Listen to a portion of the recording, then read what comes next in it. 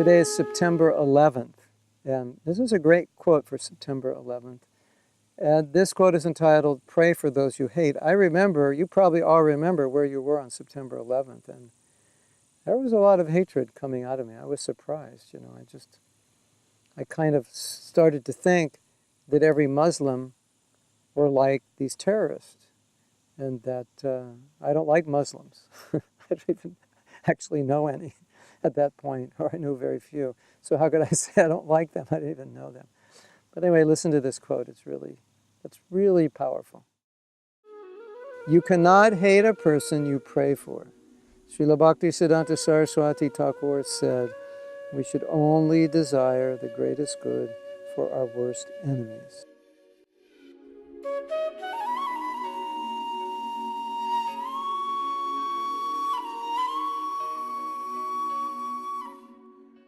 This is very interesting, because if you look at Prahlad Maharaj, he was praying for his father, and he was praying for everybody. In fact, actually, you look at any pure devotee, they're praying for the welfare of everyone, even the people who harm them, even the people who may try to kill them, as in the case of Thakur Haridas or the case of Jesus Christ. So, Srila Bhaktisiddhanta is personifying this in a statement that we should only desire the greatest good for our worst enemies, which is what Prahlad Maharaj did with his father, which is what Ambarish Maharaj did with Durvasa, which is what Thakur Haridas did with the people who were killing him, which is what Lord Jesus Christ did.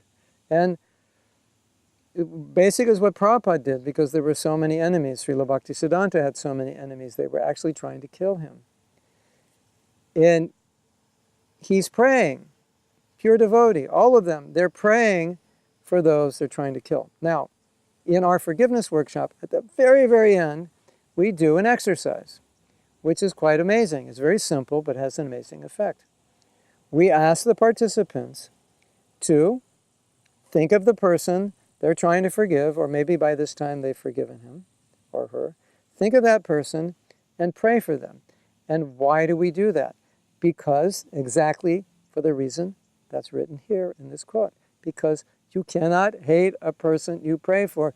You will not pray for a person you hate, and if you do, you will no longer hate them. So if you're having an issue with somebody, here's a good formula. Some issue, something, pray. Not pray that they'll suffer. Pray for their well-being. Become their well-wisher. That's what Krishna consciousness means. I know that's not easy. I know that goes against our conditioned nature. But the point I want to make in this quote is, this is what Krishna consciousness is. This is where it's taking us. This is the goal. That our heart is so soft, it's so full of compassion, that we can even pray for those who are our enemies.